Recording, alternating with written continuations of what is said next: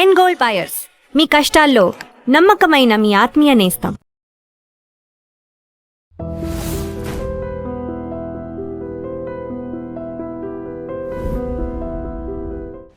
నమస్తే, నేను Kavitha. Welcome to iDream news and నిజాలు. అతి త్వరలోనే పెద్ద షాక్ రాబోతోంది. అందరూ ప్రిపేర్డ్గా ఉండండి. కోటక్ బ్యాంక్ వ్యవస్థాపకులు ఉదయ్ కోటక్ చెప్పినటువంటి మాట ఇది. పెట్రోల్ డీజిల్ రేట్లు పెంచక తప్పదు. కేంద్ర మంత్రి హర్దీప్ సింగ్ పూరి చెప్పినటువంటి స్టేట్మెంట్ ఇది. దీంతో పాటుగా ప్రధానమంత్రి నరేంద్ర మోదీ తన కాన్వాయ్లో ఉన్నటువంటి వెహికల్స్లో 50%ని కట్ డౌన్ చేశారు. ఆ తర్వాత వాటిని ఎలక్ట్రిక్ వెహికల్స్గా మార్చమని కూడా ఒక మెసేజ్ ఇచ్చారు. ఏం జరగబోతోంది? క్రైసిస్ అనేది అతి తొందరలోనే రాబోతోందా? Crisis is real and near అనేటువంటి మాట ప్రతి చోట ఎందుకని వినిపిస్తోంది? మనం దానికి ప్రిపేర్డ్గా ఉన్నామా? మనతో పాటుగా ఉన్నారు సీనియర్ జర్నలిస్ట్ సురేష్ కొచ్చతిల్ గారు. సార్ నమస్కారం. సో క్రైసిస్ గురించి అందరూ మాట్లాడుకుంటున్నారు. అందులో ఫస్ట్ వినిపిస్తోంది ఏంటి? పెట్రోల్ డీజిల్ల రేట్లు పెరుగుతాయి అని. అందరూ ఇప్పటిదాకా ఒక అనాలిసిస్లు చేశారు, వస్తాయేమో అనేటువంటి ఊహాగానాలు ఉంటే సెంట్రల్ మినిస్టర్ చాలా క్లియర్ స్టేట్మెంట్ అనేది వచ్చింది, పెంచక తప్పని పరిస్థితి అనేది. అలాంటి అనివార్య పరిస్థితి నిజంగా ఉందా మన దగ్గర? ఉందండి. ఎందుకంటే మనం అర్థం చేసుకోవాల్సింది ఫస్ట్ మన దగ్గర ఉన్న ఫారిన్ ఎక్స్చేంజ్ నిన్న మాట్లాడాం. మన $703 బిలియన్ మన దగ్గర ఉంది. వినేటప్పుడు చాలా మంచిగా అనిపిస్తుంది. ఇక్కడ పక్కన పాపం పాకిస్తాన్ దగ్గర 26 మిలియన్ కూడా లేదు, బిలియన్ కూడా లేదు. వాళ్ళకు ఒక 2 వారాల ఎక్స్పోర్ట్ కూడా వాళ్ళు చేయలేరు, దాంతో ఇంపోర్ట్ చేయలేరు. డీజిల్ కానీ పెట్రోల్ కానీ క్రూడ్ ఆయిల్ కానీ. మనం కంఫర్టబుల్గా ఉన్నాం కదా అనుకుంటాం. మనం కాదు. మనం ఫస్ట్ ఆయిల్ కొనేటప్పుడు అంటే లాస్ట్ ఫైనాన్షియల్ ఇయర్ అనుకోవచ్చు, మార్చ్ దాకా వచ్చేటప్పుడు ఈ యుద్ధం మొదలైన తర్వాత వాజ్ అరౌండ్ $65 నుంచి $70 పర్ బ్యారెల్. ఓకే, ఇప్పుడు అది పెరిగి 110 దాకా వెళ్ళింది. ఒక బ్యారెల్లో 3.5 లీటర్స్ ఉంటుంది. మీరు క్యాలిక్యులేట్ చేసుకోవచ్చు ఎంత వస్తుంది అనేది. న్యాచురలీ 50% పెరిగింది. 50% పెరిగినప్పుడు మీరు బంకులు అమ్ముతున్నప్పుడు రీఫైనింగ్ కాస్ట్ అంతా యాడ్ చేసుకుంటే మినిమం 60 to 65% రేట్లు పెరిగినాయి ఇంటర్నేషనల్ లెవెల్లో. ఈ ఆయిల్ కొనడానికి ఆయిల్ కంపెనీస్కి డబ్బులు కావాలి. వాళ్ళకు లాస్ మేకింగ్ అయిపోతే వాళ్ళ దగ్గర డబ్బులు ఉండదు ఆయిల్ కొనడానికి. వాళ్ళు ఎట్లా వెళ్తారు ఇంటర్నేషనల్ మార్కెట్ వెళ్ళి? కాంట్రాక్ట్ ఎట్లా సైన్ చేస్తారు? నష్టాల్లో నడుస్తుంది. ఒక నెలకి ఇప్పుడు ఆయిల్ కంపెనీస్ అందరు కలిసి 3 major oil companies, that is Indian oil, HPCL and Bharat petrol, వీళ్ళు ముగ్గురు కలిపేసి 1,00,000 కోట్ల నష్టంలో నడుస్తుంది. 1 lakh crores. సో దానికే మోదీ గారు ఒక అపీల్ కూడా చేశారు మొన్న, that we should conserve fuel అని చెప్పారు. బంగారం కొనొద్దన్నారు, ఫారిన్ డెస్టినేషన్ పెట్టి. దానికి అన్నీ ఒక్కొక్క రీజన్ ఉంది. బంగారం గురించి మాట్లాడాం మనం నిన్న. బంగారం గురించి మాట్లాడుతాం. ఏమంటారు ఏంటంటే, బంగారం కొనేటప్పుడు మనం ఒక ఫారిన్ కంట్రీ నుంచి తెప్పించకుండా డాలర్ పేమెంట్ చేస్తున్నాం. లాస్ట్ ఇయర్ మనం తెప్పించుకుంది 72 billion, that is almost close to 7,200 crores. ఇంత ఖర్చు పెట్టాలన్నా, మన దగ్గర లేని ప్రోడక్ట్ మనం బయట నుంచి తెచ్చుకోవాల్సినప్పుడు ఇంత కట్టాలన్నా, ఇంత డబ్బులు కట్టి అది కూడా మన ప్రెషియస్ ఫారిన్ ఎక్స్చేంజ్ వాళ్ళకి ఇవ్వాలన్నా అని ఒక ప్రశ్న. ఆయిల్ ఎస్ మనం తీసుకురావాల్సింది, కానీ అక్కడ కూడా మోదీ గారు కొన్ని సొల్యూషన్స్ చెప్పారు. కోవర్కింగ్, మన ఇంటి నుంచి వర్క్ ఫ్రమ్ హోమ్ చెప్పారు. నెక్స్ట్ ఆయన చెప్పారు, మీరు కార్లో ఒంటరిగా వెళ్ళకుండా 10 ముగ్గురిని తీసుకెళ్ళండి కార్లో. అది కాకుండా దాన్ని పబ్లిక్ ట్రాన్స్పోర్ట్ యూజ్ చేయండి, మెట్రో కానీ బస్సెస్ కానీ అని చెప్పారు. దానికి అన్నిటి కారణాలు ఉన్నాయి. ఒక క్రైసిస్ వచ్చినప్పుడు ఎట్లా హ్యాండిల్ చేయాలని చాలా ఇంపార్టెంట్ ఉంటుంది. అది ఇక్కడ కూడా జరిగింది. ఈ క్రైసిస్లోనే మనం దీని నుంచి కొన్ని లెసన్స్ నేర్చుకోవాల్సి వస్తుంది. ఒకటి, ఆయిల్ అనేది మనం ఎక్కువ ఈ మిడిల్ ఈస్ట్ మీద డిపెండ్ కాకూడదు. మనం మన వైపు నుంచి కూడా ఏదైనా మార్పులు తీసుకురావాలి. మన దగ్గర ఆయిల్ లేదు కదా, మన 85% మనకు కావాల్సిన ఆయిల్ మనం తెప్పించుకుంటున్నాం. అప్రాక్సిమేట్లీ ఒక సంవత్సరానికి మనం ఖర్చు చేసేది, ఇప్పుడు మీరు గోల్డ్ గురించి చెప్పారు చూడండి, that we spend $70 billion. We're spending $140 billion ఆయిల్కి. 140, 150 ఇప్పుడు. దాన్ని తగ్గించి 100 దాకా తీసుకురావచ్చా? ఇది ఒక ప్రశ్న. ఎందుకంటే ప్రతి సంవత్సరం పెరుగుతుంది, తగ్గట్లేదు. Number of vehicles on the road పెరుగుతుంది, కన్జంప్షన్ పెరుగుతుంది, రేటు కూడా పెరిగింది. ఇప్పుడు మన రష్యా దగ్గర నుంచి $40 తీసుకున్న మనకు ప్రాబ్లం లేకుండే, కానీ ఇప్పుడు కాదు, అట్లా కాదు. యావరేజ్ రేట్ ఇప్పుడు మనకు అదే పడుతుంది 110 110 అయితే ఉంటుంది ఎట్లయినా పర్ బ్యారెల్.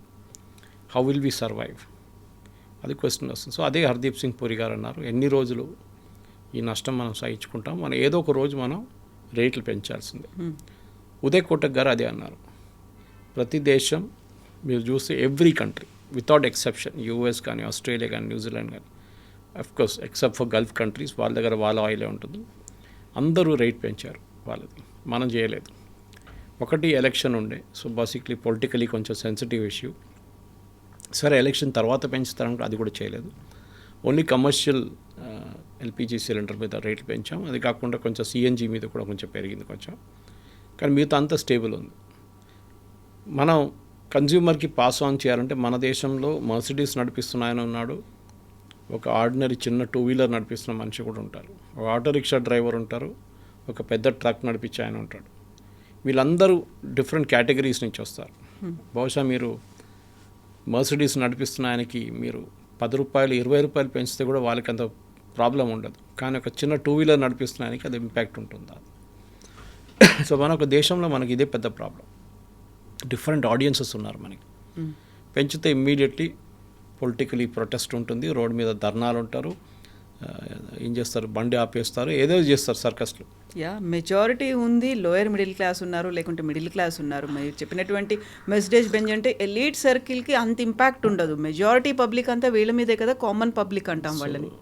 మన సొల్యూషన్ ఏముంది, మీరు మోదీ గారి చైర్లో కూర్చుంటే మీరు ఏం చేస్తారు, దట్ ఇస్ క్వశ్చన్.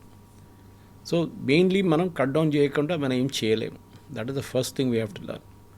ఎన్నోసార్లు నేను ఇండియన్ రైల్వేస్ ఎగ్జాంపుల్ ఇస్తాను, వాళ్ళ లోకోమోటివ్స్ అంతా ఎలక్ట్రిక్ చేశారు. మనం కూడా ఒక 5-year ప్లాన్ వేసుకొని కంప్లీట్లీ 80% మన వెహికల్స్ని ఎలక్ట్రిక్ చేయగలిగితే it be a big success. మనకి ఇప్పుడు కూడా ట్రాన్స్పోర్ట్ సెక్టర్లో అది ఇంకా ఎలక్ట్రిక్ కాలేదు, దట్ ఇస్ బిగ్ ట్రక్స్కి ఇంకా కాదు, బహుశా అది ఉండిపోతుంది అట్లనే కొన్ని రోజులు.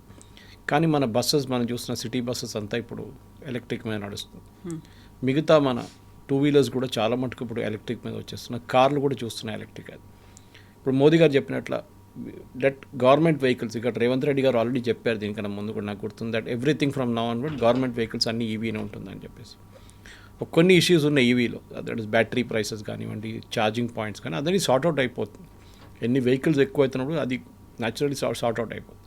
కానీ మన దగ్గర ఈ 2 మెయిన్ కాంపోనెంట్స్, ఏది ఒకటి గోల్డ్, లాస్ట్ ఇయర్ 72 బిలియన్ ఖర్చు పెట్టాం, 7,200 కోట్లు, అండ్ ఫ్యూయల్ 1,150 అంటే 15,000 కోట్లు మనం ఖర్చు పెట్టాం ఫ్యూయల్ మీద.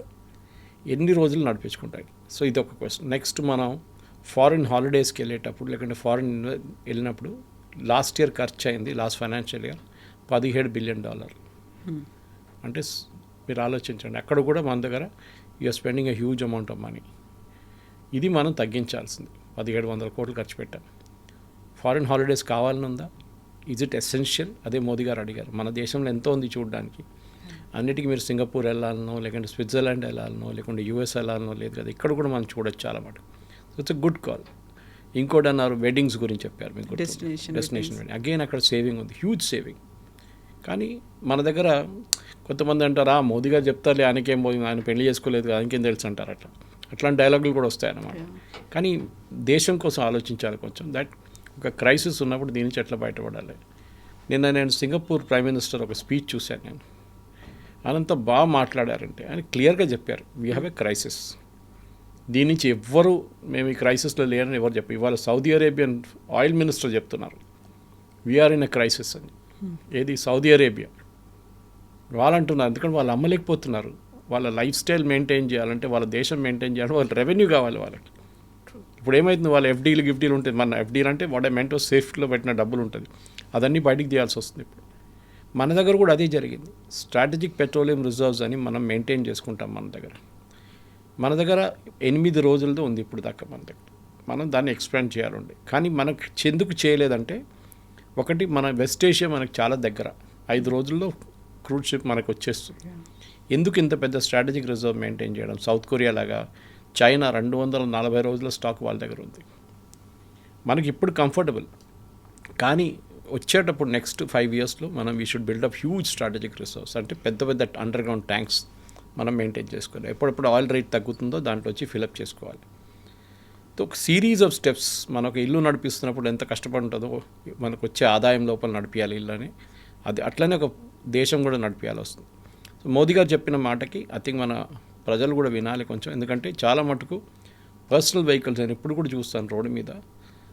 మీరు లండన్ గురించి మాట్లాడతారు, చాలామంది సింగపూర్ గురించి మాట్లాడతారు. లండన్లో మీరు మెయిన్ సిటీ ఎంటర్ కావాలంటే అన్ని బండ్లు అలౌ చేయరు.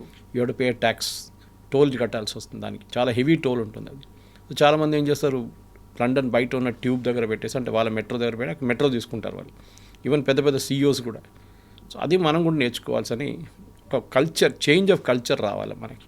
ఇప్పుడు ఆ చేంజ్ ఆఫ్ కల్చర్ లేదు మనకి. ఎవరు అంటే కూడా రోడ్డు మీద తిరుగుతారు. ఈజ్ ఇట్ ఎసెన్షియల్ అని మనం ఎవరు అడగట్లేదు. సో ఇంత పరిస్థితి అనేది ఉంది, ప్రపంచ దేశాలన్నీ కూడా ఈ క్రైసిస్ గురించి మాట్లాడుకుంటున్నాయి, ఆల్టర్నేట్స్ ఉన్నాయి, లేకుంటే కట్ డౌన్స్ గురించి మాట్లాడుకుంటున్నప్పుడు ఇరాన్ వల్ల వచ్చింది ఈ ప్రాబ్లం, లేకపోతే అమెరికా చేసింది, ఇజ్రాయెల్ చేసినటువంటి అటాక్ వల్ల వచ్చింది, దాని గురించి మాట్లాడదాం, లేకుంటే అక్కడ ఇంటర్వ్యూన్ అవుదాము, ఇరాన్ని కొంచెం మీరు ఏదైనా పాజిటివ్గా తీసుకోండి దీన్ని, లేకుంటే కొంచెం కంబ్యాక్ అవ్వండి, ఇలాంటిది ఒక ఇంటర్వ్యూని ఎవరు ఎందుకు చేయలేకపోతున్నారు, ఎందుకు మాట్లాడట్లేదు అసలు? మాట్లాడుతున్నారు కానీ దీంట్లో జరిగింది మీకు గుర్తుంటుంది. ఫస్ట్ 1 వీక్ 10 days వీళ్ళు ఫైరింగ్ ఉండి అక్కడెక్కడ మిసైల్స్ ఫైర్ చేశారు, డ్యామేజ్ చాలా జరిగింది. ఇరాన్ ఏం చేశారంటే వాళ్ళ చుట్టుపక్కల అన్ని గల్ఫ్ దేశాల మీద వాళ్ళు దాడి చేశారు. ఇజ్రాయెల్ మీద కూడా కొంచెం మిసైల్స్ పంపించారు అటువైపు, డీగో గార్సియా మీద కూడా ట్రై చేశారు.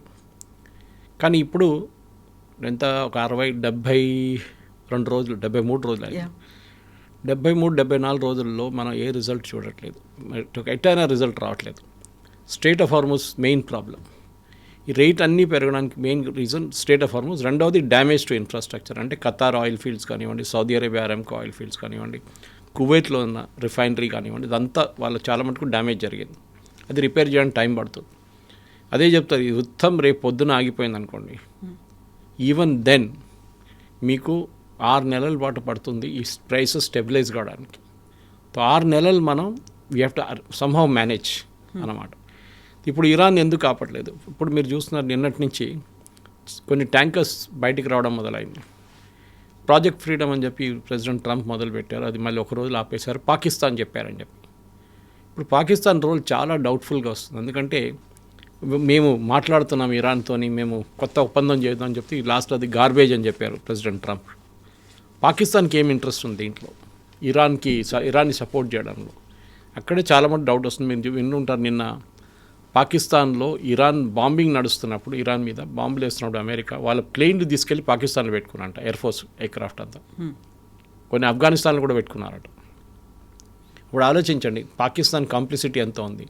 ఒకవైపు టాక్స్ నడిపిస్తున్నారు, ఇంకోవైపు మీరు ఏం చేయకండి, మీరు సీజ్ ఫైర్ పెట్టండి, నేను మాట్లాడుతున్నాం వాళ్ళతో, మీరు ఏం బాంబింగ్ చేయకండి 2-3 సార్లు చేశారు. ఇప్పుడు నా అమెరికాకు అర్థమైపోయింది Pakistan was of zero value. దానికోసం అసీం మునీన్ గురించి మాట్లాడలేదు, ఇస్లామాబాద్ టాక్స్ లేదు, ఏం లేదు. లిటరలీ పాకిస్తాన్ వాళ్ళని ఫూల్డ్ ప్రెసిడెంట్ ట్రంప్. ఇప్పుడు ప్రెసిడెంట్ ట్రంప్కి అర్థమైపోయింది. ఆయన ప్రాబ్లం ఏంటంటే ఆయన యుద్ధం మళ్ళీ మొదలు పెట్టలేరు. ఈ కెనాట్ స్టార్ట్ ఎ వార్, ఎందుకంటే ఉన్న యుద్ధం అయిపోయింది. Operation epic fury finished. ఇప్పుడు ఇంకొక యుద్ధం మొదలు పెట్టాలంటే దానికి ఒక రీజన్ ఉంటుంది. ఏంటి? మా మీద దాడి చేశారు, సో మేము దాడి చేశాము, waiting for their time. So ఏం చేస్తారంటే, ఇప్పుడు మీరు వినుంటారు, నిన్న UAE హెస్ అటాక్డ్ ఇరాన్. ఒకసారి కాదు 4 సార్లు అటాక్ చేశారు లాస్ట్ ఒక 2 వారాల్లో. దానికోసం UAE మీద దాడి చేస్తున్నారు ఇరాన్. అందరూ అడిగేందుకు UAE మీద ఎన్ని దాడులు చేస్తున్నారు, సౌదీ అరేబియా మీద అక్కడక్కడ కొడుతున్నారు ఒకసారి వారంలో. UAEని ప్రతిరోజు టార్గెట్ చేస్తున్నారు. ఎందుకంటే ఒకటి అక్కడ ఇజ్రాయలీస్ ఉన్నారు, ఐరన్ డోమ్ తీసుకొచ్చారు వాళ్ళు. అది కాకుండా రెగ్యులర్గా వాళ్ళ అడ్వైస్ మీద, వాళ్ళ ఇంటెలిజెన్స్ మీద UAEలో ఉన్న ఎయిర్క్రాఫ్ట్ తీసుకెళ్ళి అది కూడా రఫాల్ యూస్ చేసి వాళ్ళని బాంబింగ్ చేస్తున్నారు ఇరాన్ మీద. సో గల్ఫ్ కంట్రీస్ కూడా అర్థమైపోయింది, మాకు సెల్ఫిష్ ఇంట్రెస్ట్ ఉంది దీంట్లో. ఎన్ని రోజులు మేము అమెరికాని కూర్చుంటాం, మేము కూడా ఆ స్ట్రెయిట్ ఆఫ్ హార్మూజ్ ఓపెన్ చేయడానికి మేము కూడా కష్టపడాలి కొంచెం అని చెప్పి వీళ్ళు కూడా దిగారు. ఇప్పుడు న్యూస్ వస్తుంది గంట సేపు ముందు, దట్ సౌదీ అరేబియా కూడా అటాక్ చేశారంట ఇరాన్ని. సో అన్ని గల్ఫ్ దేశాలు కలిసి ఇరాన్ని అటాక్ చేస్తే ఇరాన్ ఏం చేయలేరు. వాళ్ళు ముందు అమెరికాని తిడుతుండే కదా, ఇజ్రాయెల్ని తిడుతుండే. ఇప్పుడు వీళ్ళందరూ గల్ఫ్ కంట్రీస్ అటాక్ చేస్తే ఇరాన్ ఏమంటారు? ఏమనలేరు. వీళ్ళందరూ ఇస్లామిక్ కంట్రీస్. అప్పుడు ముందు మరి అమెరికాని తిడతారు, ట్రంప్ని తిడతారు. ఇప్పుడు మీరు ఎవరి మీద దాడి చేశారో వాళ్ళ మీద దాడి చేస్తున్నారు. బహుశా దీంతో కవిత గారు ఏం జరగబోతుందంటే, ఒక స్ట్రెయిట్ ఆఫ్ హార్మూజ్ ఇంకొక 10 రోజుల్లో ఓపెన్ అయిపోతుంది, దట్స్ ఫర్ ష్యూర్. ఓకే, మీరు చూడండి, ప్రెసిడెంట్ ట్రంప్ ఎయిర్క్రాఫ్ట్లో ఎక్కి చైనా నుంచి రిటర్న్ వచ్చేదాకా ద క్యాంపెయిన్ విల్ స్టార్ట్. అది ఇట్లా అవుతుంది. ఫస్ట్ ఇజ్రాయెల్ వాళ్ళ మీద కొడతారు. అది నిన్న బెంజమిన్ నెటన్యాహు మన 60 Minutes ఇంటర్వ్యూలో చాలా క్లియర్గా ఇండికేషన్ ఇచ్చారు. మేము అక్కడి నుంచి జరిగే ప్రసక్తే లేదు. We will hit Iran till we get the uranium. వాళ్ళు ఇవ్వకపోతే మేము వెళ్ళి తీసుకుంటాం, గుంజుకొని తీసుకొచ్చేస్తాం. రెండోది వాళ్ళ దగ్గర హూతీలు, హమాసు, హుజ్బుల్లా సపోర్ట్ మేము ఫినిష్ చేసేస్తాం. దాన్ని ఇరాన్ని కొట్టాల్సిందే. సో మేము ఇరాన్ని కొడతాం. సో సిచ్యువేషన్ ఎట్లయిపోయిందంటే ట్రంప్ జరిగిపోతారు, ఇజ్రాయెల్ కొడుతూనే ఉంటారు. ఇజ్రాయెల్ కొట్టేదానికి కోపంగా వాళ్ళేం చేస్తారు, మళ్ళీ అమెరికా మీద దాడి చేస్తారు. అంటే అమెరికన్ అసెట్స్ మీద, అమెరికన్ బేసెస్ కానివ్వండి, అమెరికాలో గల్ఫ్ ఆఫ్ ఒమాన్లో ఉన్న వాళ్ళ షిప్స్ మీద దాడి చేస్తారు. అప్పుడు అమెరికాలో వాళ్ళకి మిలిటరీ రూల్ ఒకటి ఉంది, if you are attacked you can attack. మీ మీద దాడి చేస్తే మీరు రిటర్న్ దాడి చేయొచ్చు. సో అమెరికా వాళ్ళ మీద దాడి చేస్తారు. జస్ట్ వాచ్, నెక్స్ట్ 1 weekలో జరగబోతుంది. అండ్ దీంతోనే ఐ థింక్ చాలా రోజుల నుంచి ఈ స్ట్రేట్ ఆఫ్ హార్మజ్ ఓపెన్ చేయట్లేదు అని చెప్తున్నారు. కానీ ఇప్పుడు డెఫినెట్గా పాకిస్తాన్ పక్కన పెట్టిన తర్వాత నో మోర్ పీస్ టాక్స్ అయిపోయింది. పీస్ టాక్స్ అనే ప్రసక్తే లేదు. ఇంక it be a direct attack on Iran. And I think దీంతోనే ఇరాన్ రెజ్యూమ్ కూడా it be out in about 1 month's time. Strait of Hormuz open చేస్తే మనకి ప్రైసెస్ స్టేబుల్ అయిపోతుంది కవిత గారు. That will be a big relief. మనకొకరికే కాదు, లోకంలో ఉన్న ఆల్మోస్ట్ 190 దేశాలకి దీని ఇంపాక్ట్ ఉంది. చాలా దేశాలు మనం చూసినాం ఫైనాన్షియల్ ఎమర్జెన్సీ డిక్లేర్ చేశారు వాళ్ళు. యూరోప్లో 400 ఎయిర్క్రాఫ్ట్ ప్రతిరోజు 400 ఫ్లైట్స్ క్యాన్సిల్ చేస్తున్నారు. అట్లీస్ట్ మన దగ్గర జరగట్లేదు. ప్రతి దేశంలో ఈ ప్రాబ్లం ఉంది. ఫ్యూయల్ రేషనింగ్ నడుస్తుంది. వాళ్ళ దగ్గర ఉన్న స్ట్రాటజిక్ రిజర్వ్స్ మొత్తం గుంజుకుంటున్నారు బయటికి. ఎన్ని రోజులు ఎక్కడో ఒక ప్లేస్ వచ్చి దాగాల్సింది. ఇప్పుడు ఫ్రెంచ్ వాళ్ళు they sent Charles de Gaulle వాళ్ళ ఎయిర్క్రాఫ్ట్ కెరియర్ పంపించారు. బహుశా అది ఇప్పుడు చేరుకొని ఉంటుంది గల్ఫ్ ఆఫ్ ఒమాన్లో. బ్రిటన్ వాళ్ళు ఇంకో ఫ్రైటర్ని పంపించారు వాళ్ళు, అది కూడా చేరుకొని ఉంటాయి. డెస్ట్రాయర్ని పంపించారు ఒకటి. అన్నీ కలిపి ఐ థింక్ ఒకటేసారి వీళ్ళందరూ స్ట్రేట్ ఆఫ్ హార్మజ్లో ఎంటర్ అయిపోతారు. వీళ్ళ మీద దాడి జరిగితే they will hit back and that will be the end of Iran after that. ఎందుకంటే ఇన్ని రోజులు వెయిట్ చేశారు. I think Trump is nearing, నిన్న చెప్పి ఉంటారు, మీరు వినుంటారు, అది పేషెంట్ ఐసీయూలో ఉన్నారు, లైఫ్ సపోర్ట్లో ఉన్నారు, 1% ఛాన్సే ఉంది పేషెంట్కి సీజ్ ఫైర్కి, సీజ్ ఫైర్ అయిపోయింది అని చెప్పి. So that is what is thing. కానీ ఆయన చైనాలో ఉన్నప్పుడు ఇది జరిగితే బాగుండదు. చైనాతో కూడా మాట్లాడతారు, జీ జిన్పింగ్తో మాట్లాడతారు. కానీ జీ జిన్పింగ్కి సెల్ఫిష్ ఇంట్రెస్ట్ ఉంది స్ట్రేట్ ఆఫ్ హార్మజ్ ఓపెన్ పెట్టడంలో.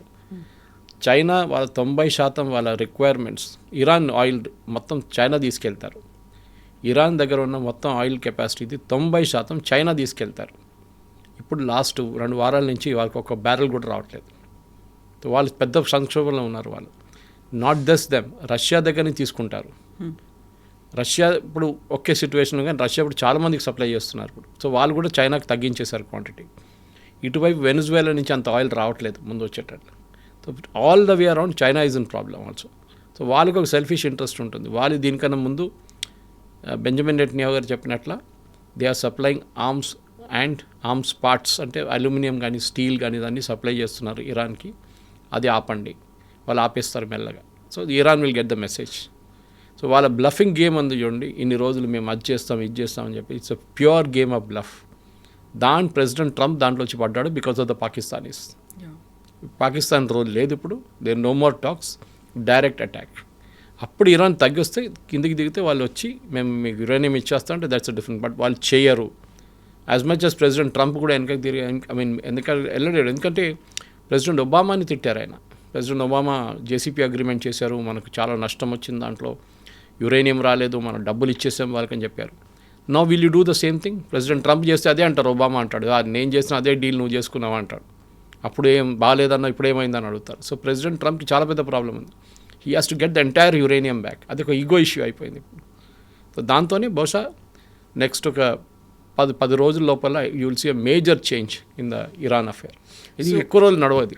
10 రోజుల్లోనే ఒక చేంజ్ రాబోతుంది అనుకున్నప్పుడు మనల్ని మాత్రం ఒక 1 year కోసం ప్రిపేర్డ్గా ఉండమంటున్నారు. Something big is going to happen, ఒక షాక్ అనేది రాబోతోంది, రెడీగా ఉండండి అనుకున్నప్పుడు ఒక 10 రోజులు కాకపోతే ఒక 1 రోజులే అయినా అది అక్కడ సార్ట్ అవుట్ అయిపోతుంది, క్లియర్ అయిపోతుంది అనుకుంటే మన దగ్గర స్టెబిలిటీ అనేది వస్తుందా? మన దగ్గర ఆ ప్రాబ్లమ్స్ అనేవి క్లియర్ అయిపోతాయా? ఆ 1 month or 2 months తర్వాత, నాట్ ఒక 1 year డ్యూరేషన్, 1 year టైం పీరియడో కాకుండా ఈ లోపే అవుతుందంటారా? సెట్ అవుతుందా? ఎస్, ఎందుకంటే మీరు ఎప్పుడైనా ఎవరినైనా వార్నింగ్ ఇచ్చినప్పుడు పెద్ద లాంగిష్ వార్నింగ్ ఇవ్వడం బెటర్ ఉంటుంది. మీరు 6 నెలలని చెప్పలేదు మోదీ గారు, సంవత్సరం చెప్పారు. అది 3 నెలలు సార్ట్అవుట్ అయిపోయింది అనుకోండి, okay everything is sorted out అంటారు. అప్పుడు అందరు ప్రజలు అడుగుతారు, అంటే మీరే చెప్పారు కదా నెల ఒక సంవత్సరం ఉంటుంది. నేను అది కొంచెం ఎక్స్ట్రా లైసెన్స్ తీసుకున్నాను మీ దగ్గర, కొంచెం మిమ్మల్ని ప్రిపేర్ చేయడానికి. 3 monthsలో సార్ట్అవుట్ అయిపోయింది, 6 months సార్ట్అవుట్ అయిపోయింది. ఇట్స్ ఓకే నా, మీరు బంగారం కావండి కొనుక్కోండి. బట్ ఇప్పుడు కూడా నేను అదే చెప్తున్నాను, బంగారం ఇస్ మన దేశంలో నేను మాట్లాడామనండి సీరియస్లీ దాని గురించి, ఒక లాక్టప్ అసెట్గా మారిపోయింది మన దేశం. దాన్ని మానిటైజ్ చేయాల్సి వస్తుంది. లాకర్లో ఉండే మీకు 10 పైసలు సంపాదించదు, ఒకటే సంపాదిస్తే ఎట్లా అంటే బంగారం రేట్ పెరుగుతాయి. ఇప్పుడు దాకా పెరుగుతూనే పోతుంది, కానీ ఇట్ హస్ రౌ reach the stage of plateau. దీనికన్నా పైకి ఇంకా వెళ్ళడం చాలా ఇంపాసిబుల్ అనిపిస్తుంది, ఎందుకంటే డిమాండ్ లేదు లోకంలో, డబ్బులు ప్యానిక్ బయింగ్. ఎందుకంటే రూమర్స్ ఏంటంటే ఒక ఇంపోర్ట్ డ్యూటీ పెడతారు గవర్నమెంట్, దీని మీద కస్టమ్స్ డ్యూటీ పెంచుతారని చెప్పి ఒక రూమర్ వచ్చింది. దాంతో కొనండే వాళ్ళు షాప్కి వెళ్ళి కొనుక్కుంటున్నారు. మనం పెట్రోల్ బంక్లో చూస్తాం చూడండి, రేపటి నుంచి 10 రూపాయలు పెంచుతాను కానీ ఇమ్మీడియట్ లైన్ కట్టేస్తారు బయట. The same thing here also. Actual మీకు యూజ్ ఉన్న వాళ్ళు, అంటే పెళ్లి కానివ్వండి అట్లాంటి రీజన్స్ ఉన్న వాళ్ళు డెఫినెట్లీ వాళ్ళు కొంటారు. వాళ్ళకు భయం ఉంటుంది. 2-3 నెలల తర్వాత, ఒక 6 నెలల తర్వాత ఒక పెళ్లి ఫిక్స్ అయింది అనుకోండి, డేట్ మీకు తెలుసు, you will go and by it, ఎందుకంటే మళ్ళీ ఎందుకు రిస్క్ తీసుకోవడం అని చెప్పి. కానీ నార్మల్ సిటిజన్స్ ఈ సిచ్యువేషన్లో కొనక్కర్లేదు. ఫస్ట్ ఆఫ్ ఆల్ గవర్నమెంట్ కూడా చెప్తున్నారు, గోల్డ్ మానిటైజేషన్ స్కీమ్ ఒకటి ఉంది, మేము దాన్ని కొంచెం రీవర్క్ చేస్తున్నాం. ట్యాక్సేషన్ స్ట్రక్చర్ నుంచి గోల్డ్ లోన్ జిఎంఎల్ అని ఒకటి ఉంది, అది కూడా మనం ఇంట్రడ్యూస్ చేయబోతున్నాం, గోల్డ్ మానిటైజేషన్ లోన్. అది కూడా బహుశా గవర్నమెంట్ ఇంకో రోజు, ఎందుకంటే ఈ బంగారం మీరు లాకర్లో పెట్టే బదులు government wants you to monetise it, అదే అంటున్నారు వాళ్ళు. కానీ దీనికన్నా ముందు కూడా చూస్తాం, ఇందిరాగాంధీ హయాంలో, తర్వాత మన్మోహన్ సింగ్ హయాంలో ఇదే గోల్డ్ మీద చాలా మటుకు రెస్ట్రిక్షన్స్ తీసుకొచ్చారు. ఇందిరాగాంధీ టైంలో అయితే మీకు తెలుసు, మీరు గోల్డ్ బార్ కానీ గోల్డ్ కాయిన్స్ కానీ గోల్డ్ బిస్కెట్లు మీరు ఉంచుకోకూడదని చెప్పి ఒక రూల్ తీసుకొచ్చింది ఇందిరాగాంధీ గారు. మీరు లాకర్లో ఉన్న కూడా మీకు డిక్లేర్ చేయాల్సి వచ్చింది, దాన్ని కన్వర్ట్ చేసి జ్యువెలరీగా చేయాల్సి వచ్చింది. మన్మోహన్ సింగ్ చిదంబరం టైంలో ఏం చేశారు, 80-20 రేషియో తీసుకొచ్చారు ఇంపోర్టర్స్. అంటే బంగారం తెచ్చుకున్న వాళ్ళు ముందు 20% తీసుకొచ్చి, వాళ్ళకి ఒక సంవత్సరంలో 100 కోట్లు బంగారం కావాలంటే ముందు 20 కోట్లు బంగారం తెచ్చి దాన్ని జ్యువెలరీగా కన్వర్ట్ చేసి రిటర్న్ పంపించాలి అబ్రాడ్, అంటే యూరోప్ కానీ యూఎస్ కానీ. అక్కడ మన ఇండియన్ కన్స్యూమర్స్ ఉంటారు వాళ్ళ కోసం.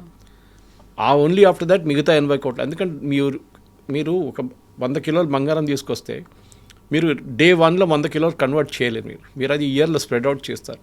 But you already spent 100 crores.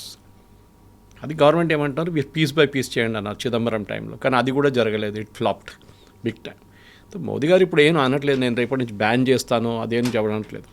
Problem ఏమవుతుందంటే, మీరు ఒకసారి గోల్డ్ డ్యూటీ పెంచారనుకోండి, దుబాయ్లో ఇప్పుడు మన దగ్గర 10 గ్రాములకి 153,000 155,000 ఎంతో నడుస్తుంది. దుబాయ్లో అది 120,000 ఎంతో ఉంటుంది. సో మీరు డ్యూటీ పెంచితే ఈ 153,000 మళ్ళీ ఒక 6% అంటే మేబీ ఒక 160,000కి వెళ్ళింది అనుకోండి. ఈ డిఫరెన్స్ ఆఫ్ 30,000-40,000 స్మగ్లర్స్కి పెద్ద అట్రాక్షన్. అప్పుడు వాడు 10 కిలోలు ఒక తీసుకుంటే 2 కిలోలు బంగారం తీసుకొస్తే కూడా it will be good profit for them అనమాట. ముందు 5 లక్షలు ఉండే ఒక కిలో బంగారం మీద కమిషన్, అంటే డిఫరెన్స్ ఆఫ్. ఇప్పుడు తగ్గి అది చాలా తగ్గింది. నిర్మలా సీతారామన్ గారు డ్యూటీ తగ్గించారు, సో స్మగ్లింగ్ పోయింది. లేకుంటే ప్రతిరోజు మా కేరళలో కరిపూర్ అని చెప్పి ఎయిర్పోర్ట్ ఉంది క్యాలికట్లో, అక్కడ రోజు 10 మంది 20 మంది దొరుకుతారు 1-2 కిలోల బంగారంతో.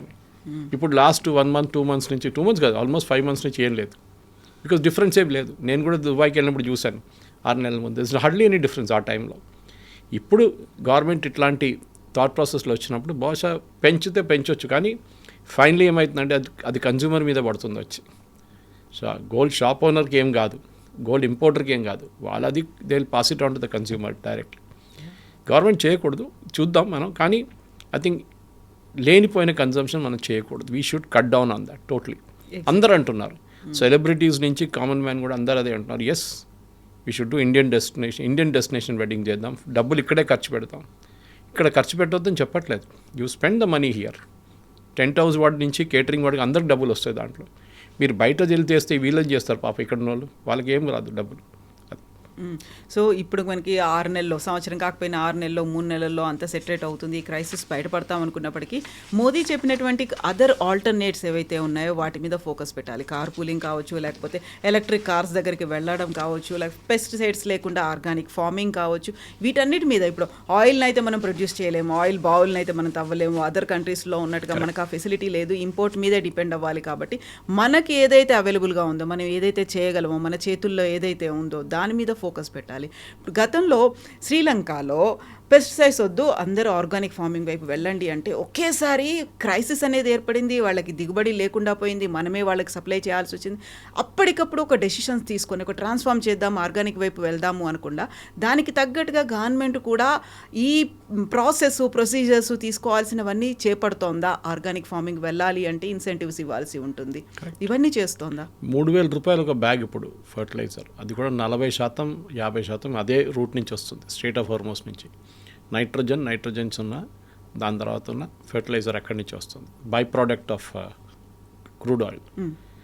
మనం అది 300 రూపాయలు గవర్నమెంట్ మన రైతులకి ఇస్తున్నారు. అంటే గవర్నమెంట్ ప్రతి సంచి మీద 2,700 సబ్సిడీ ఇస్తున్నారు.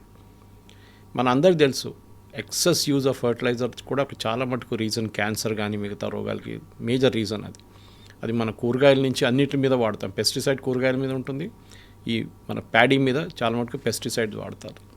దాన్ని తగ్గించాలని ఎప్పటి నుంచో చెప్తున్నారు. మీరు చెప్పిన ఆ పాయింట్ చాలా కరెక్ట్. శ్రీలంకలో వన్ టైమ్గా చేశారు, అది చాలా పెద్ద డిజాస్టర్ అయిపోయింది. అది ఇమీడియట్గా చేయకూడదు. ఆర్గానిక్ దే షుడ్ బి, ముందు ఫ్యాక్టరీలు ఉండాలి తయారు చేయడానికి. మనం ఏదో ఇంట్లో తయారు చేసుకోలేము కదా, చేస్తాం మనం. కాబట్టి మనం ఇప్పుడు పల్లెటూరులో ఉన్నప్పుడు అంతా మనం కూరగాయలన్నీ మనం వాడిన కిచెన్లో వాడిన వేస్ట్ అంతా తీసుకెళ్ళి దాన్ని మెన్యూర్ చేసుకుంటాం మనం. కానీ this is the bigger scale అన్నమాట. కానీ దానికి ఎఫిషియన్సీ ఉన్నాయి. ఇప్పుడు ఫర్ ఎగ్జాంపుల్ ఈ హ్యాండ్తో వేసే పెస్టిసైడ్ బదులు స్ప్రే చేస్తే మీకు ఇంకా ఎఫెక్టివ్నెస్ ఉంటుంది. మన దగ్గర మారుడ్ డ్రోన్స్ అని చెప్పే కంపెనీ ఉంది హైదరాబాద్, వాళ్ళు ప్రధానమంత్రి కూడా చూపించారు, వాళ్ళు ఒకసారి డెమాన్స్ట్రేషన్ వాళ్ళు చేస్తున్నారు. 1 ఏకర్ 2 ఏకర్లకి ఒక రోజులో అయిపోతుంది, హాఫ్ డేలో అయిపోతుంది, సమ్టైమ్స్ 2 అవర్స్లో అయిపోతుంది. ఎఫిషియన్సీ పెరుగుతుంది మాన్యువల్ ఇంటర్వెన్షన్ కాకుండా. అది కాకుండా మీరు చెప్పింది కరెక్టే. Yes, there should be a gradual shift, ఎందుకంటే మన హెల్త్ కోసం చాలా ఇంపార్టెంట్. అన్నిటిలో మాట్లాడుతున్నప్పుడు కూడా మనం అదే పాయిజన్ మనం తింటున్నాం, అది మనం గుర్తుపెట్టుకోవాలి. అదే బియ్యం మనం తింటున్నాం, పెస్టిసైడ్ వేసిన బియ్యమే మనం మళ్ళీ we're consuming the same thing. తర్వాత నాకు క్యాన్సర్ వచ్చింది, నాకు అది వచ్చిందంటే not surprising. So we should shift to organic. Health wise కూడా ఒక మెసేజ్ ఉంది దాంట్లో, కానీ ప్రజలు అది అర్థం చేసుకోరు. మన రైతులు కూడా అర్థం చేసుకోవాల్సింది. ఒక 5 year ప్లాన్ పెట్టి మెల్లగా we should move towards organic చేయొచ్చు. అది చాలా సెక్టర్లు చేస్తాయి. ఇప్పుడు మనం చూస్తున్నాం, ఒక టైంలో organic dal, organic tomato, organic onion అనగానే ఏంటి ఇది అంటారు. ఇప్పుడు చాలామంది దాన్ని డిమాండ్ చేస్తున్నారు. షాప్స్ ఉన్నాయి దానికోసం, డెడికేటెడ్ షాప్స్ కూడా ఉన్నాయి ఆర్గానిక్ ప్రోడక్ట్స్ అంతా. అంటే దానికి ఒక మార్కెట్ ఉంది, దానికి ఒక డిమాండ్ ఉంది. సో రేపు దిస్ ఇస్ యూస్డ్, ఈ paddy is used without any pesticides అంటే, ఆర్ వితౌట్ ఎనీ కెమికల్. అంటే న్యాచురల్లీ దాన్ని కొనడానికి మనుషులు ఉంటారు, 10 రూపాయలు 20 రూపాయలు ఇచ్చి ఎక్కువ కొనడానికి రెడీగా ఉంటారు. 1,00,000 రూపాయలు 1 కోటి రూపాయలు మనం క్యాన్సర్ ట్రీట్మెంట్ మీద పెట్టే బదులు వీ కెన్ యూజ్ దిస్ అని. So it's a good suggestion. But problem ఎక్కడ వస్తుందంటే మూమెంట్, బ్యూరోక్రసీలో మూమెంట్ చాలా స్లోగా ఉంటుంది. మన దగ్గర సబ్సిడీ ఇచ్చి మనకు ఒక హ్యాబిట్ అయిపోయింది. మన దగ్గర అన్నిటికీ సబ్సిడీ, ఫ్రీ కరెంట్, ఫ్రీ నీళ్ళు, then of course fertiliser, then seeds కూడా ఫ్రీ ఇస్తున్నారు. అక్కడ కూడా సీడ్స్ కొంతమంది ఛార్జ్ చేస్తున్నారు, కొంతమంది డూప్లికేట్ సీడ్స్ వస్తున్నాయి. అది చాలా పెద్ద ప్రాబ్లం. అది రైతులకు సపోర్ట్ కావాల్సింది, దాంట్లో డౌట్ లేదు. ఎందుకంటే అగ్రికల్చర్ అనేది మన దేశంలో ఇప్పుడు ఒక నాన్ రెమ్యునరేటివ్గా మారిపోయింది. సో మోదీ గారు చెప్పిన దాని పాయింట్లో ఎస్, దట్ వన్ నాకు అన్నిటికంటే నాకు పెద్దది అనిపిస్తుంది. ఒక పెద్ద రెవల్యూషన్ తీసుకురావాలంటే ఇట్ షుడ్ బి ఈవీ. ఎందుకంటే చైనాతో కాంపీట్ చేయడానికి మా దగ్గర BYD కానీ మిగతా కార్స్ చూడండి, ఆ లెవెల్లో మనం రావాలంటే అర్జెంటుగా నెక్స్ట్ 5 yearsలో మోదీ గారు ఒక కంప్లీట్ ప్రయారిటీ పెట్టి ఏదైనా ఇంపోర్ట్ చేయాలన్న బ్యాటరీస్ ఉంటే కూడా దాని కస్టమ్స్ డ్యూటీ తగ్గించి మళ్ళీ దేశంలో బ్యాటరీ టెక్నాలజీని చాలా పెద్ద రూట్లో తీసుకెళ్ళి నెక్స్ట్ 5 yearsలో let us convert all our vehicles into 50% at least into EV. దాంతో చూడండి మన ఆయిల్ బిల్ ఇప్పుడున్న how much are we importing 15,000 కోట్లు, అది మనం మొత్తం తగ్గించి ఒక 1,000 కోట్లకు తీసుకురావచ్చు. Let us do it. 15,000 కోట్లు ఉన్నది అట్లీస్ట్ 7,500 చేద్దాం మనం. కాకపోతే మనకి కామన్ పబ్లిక్లో ఉండేటువంటి ఒక నోషన్ ఏంటంటే ఈవీ వెహికల్స్ కావచ్చు, ఆర్గానిక్ కావచ్చు, కొంచెం కాస్ట్ ఎక్కువగా ఉంటాయి, అఫోర్డబుల్గా ఉండవు, ఎక్కువ ప్రైస్ ఉంటుంది అనేది. కరెక్ట్. నేను చెప్పాను చూడండి, ఆర్గానిక్ షాప్స్లో ఎందుకు వెళ్తున్నారు, why are they going to organic shops and buying. మనం ఆర్డర్ చేస్తున్నప్పుడు కూడా బిగ్ బాస్కెట్ దాంట్లో చూస్తాం ఆర్గానిక్ అనగానే ఒక 10 రూపాయలు ఎక్కువ ఉంటే కూడా ఏం కాదులే అని కొనుక్కుంటాం మనం. We don't know real benefits దాన్ని. ఈవీది ఇంకోటి ఉంది అడ్వాంటేజ్. ఈవీది ఏంటంటే ఇప్పుడు మన మొబైల్ ఫోన్ లాగా ఫస్ట్ ఈ మొబైల్ ఫోన్స్ వచ్చినప్పుడు దీని బ్యాటరీ ఇంత దొడ్డుగా ఉంటుండే, మీకు గుర్తుంటుంది. కాస్ట్ కూడా చాలా ఎక్కువ ఉంటుండే, ఛార్జింగ్ చాలా టైం తీసుకుంటుండే. తర్వాత దాని కాస్ట్ తగ్గింది, కొత్త టెక్నాలజీ వచ్చింది, స్లిమ్ బ్యాటరీస్ అయిపోయినాయి. మీకు ఇప్పుడు ఏమైంది, మొబైల్ ఫోన్స్కి ఇప్పుడు రేట్లు తగ్గిపోయినాయి. సో మాస్ ప్రొడక్షన్ ఏ రోజు జరుగుతుందో ఆ రోజు రేట్లు తగ్గిపోతుంది. ఇప్పుడు ఓలా ఎలక్ట్రిక్ కానీ మిగతా వాళ్ళు కానీ మహీంద్రా వాళ్ళు తయారు చేసిన, టాటా వాళ్ళు తయారు చేసిన కార్లు కానివ్వండి, ఈవెన్ మారుతి వాళ్ళు చేస్తున్న అన్నిటికీ బ్యాటరీ ఆపరేటెడ్. మీకు ఒక లెవెల్ ఆఫ్ ప్రొడక్షన్ వచ్చేస్తే మీకు రేట్ తగ్గిపోతుంది. సెకండ్, బ్యాటరీ టెక్నాలజీ కూడా చాలా మటుకు మన దేశంలో ఇంకా పని నడుస్తుంది దాని మీద. చైనా దగ్గర నుంచి if you have to take help from China, let us take it, no problem. దాంట్లో మనం వీ షుడ్ నాట్, మనం వద్దు చైనాతో మాకేం పెట్టుకోము, అది వద్దు, we let us take it. China వాళ్ళు మనకి ఇస్తే మనం తీసుకొని బ్యాటరీ పర్ఫార్మెన్స్ ఇంప్రూవ్ చేస్తే, ఇప్పుడు ఈవీలు అన్నిటికంటే పెద్ద ప్రాబ్లం అందరూ ఎందుకు భయపడతారంటే ఈ బ్యాటరీ రీప్లేస్మెంట్ మీద ఉంటుంది. ఇప్పుడు అఫ్కోర్స్ వాళ్ళు పర్ కిలోమీటర్ బేసిస్ కానీ లైఫ్ టైం ఇది ఇస్తున్నారు, రీప్లేస్మెంట్ ఇస్తున్నారు. That is also good choice. కానీ మనం ఎట్లా మొబైల్ ఫోన్ టెక్నాలజీలో కాస్ట్ ఎట్లా తగ్గించామో సేమ్ వే ఈవీలో కూడా అవుతుంది. బహుశా ఇంకొక 3-4 సంవత్సరాల తర్వాత EV cost will come down డ్రమాటిక్లీ. ఇప్పుడే మనం చూస్తున్నాం, ఇంట్రొడ్యూస్ చేసిన కాస్ట్ కాదు, ఇప్పుడు చాలా మటుకు తగ్గింది, ఇంకా తగ్గుతుంది. ఎస్ సార్, చూద్దాం అదర్ ఆల్టర్నేట్స్ ఏమున్నాయని. Thank you very so much. Much. Subscribe iDream. And please subscribe to iDream. For more videos, subscribe to iDream. Please like, share and subscribe to the channel. Congratulations, iDream. Subscribe to iDream. Subscribe to iDream. So subscribe to iDream Media. iDream ki iDream team andarki huge congratulations. Please subscribe iDream Media. Please subscribe to iDream. Subscribe iDream. Please subscribe to iDream. iDream అంటే నా కళల ఛానల్ను subscribe చేసుకున్న నోరు తిరుగుతలేదు, మీరైతే గంట గుర్తు కొట్టండి. For more such videos, please subscribe to iDream. Subscribe to iDream. Please subscribe to iDream. Please subscribe iDream Media. Please do subscribe to iDream. Please subscribe to iDream Media. For best entertainment and information, please subscribe iDream. And don't forget to subscribe to iDream.